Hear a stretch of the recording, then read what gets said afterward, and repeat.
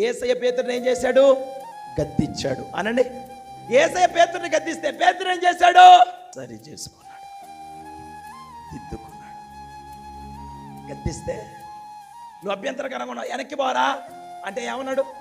అసలు అభ్యంతరకరమైంది ఏందంటావు? ఏదయ్యా రసీదు ఒకటి, సరుకులు రాసి ఇచ్చిన మొత్తం రాసిన. నువ్వు ఉత్తగా నన్ను అంటే మాత్రం నేను ఊరుకోను. దేని కూడా మాటలు ఆ మీద మాట్లాడితే నేను అసలు పడను. ఎవరై అభ్యంతరకరంగా ఉంది? దొంగనా, వ్యభిచారనా, మోసగాడినా? ఏం చేశా? యోధాగాడి కంటే నేను బెస్ట్గా అందా. ఓ వెనక్కటి వెళ్ళిపోయాడు అంతే, నోరు మూసుకొని.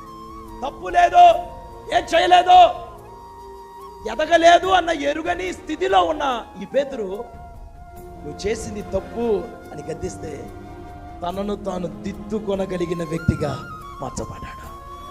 ఈ పూట నువ్వు దేవునికి అభ్యంతరకరంగా ఉండకూడదంటే నిన్ను నువ్వు దిద్దుకొనగలిగిన వ్యక్తిగా ఆయన సన్నిధిలో నడిపించబడుతావు గాక.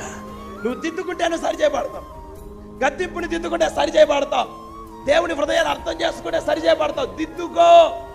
అతిక్రమములను దాచిపెట్టువాడు దానిని ఒప్పుకొని విడిచిపెడితే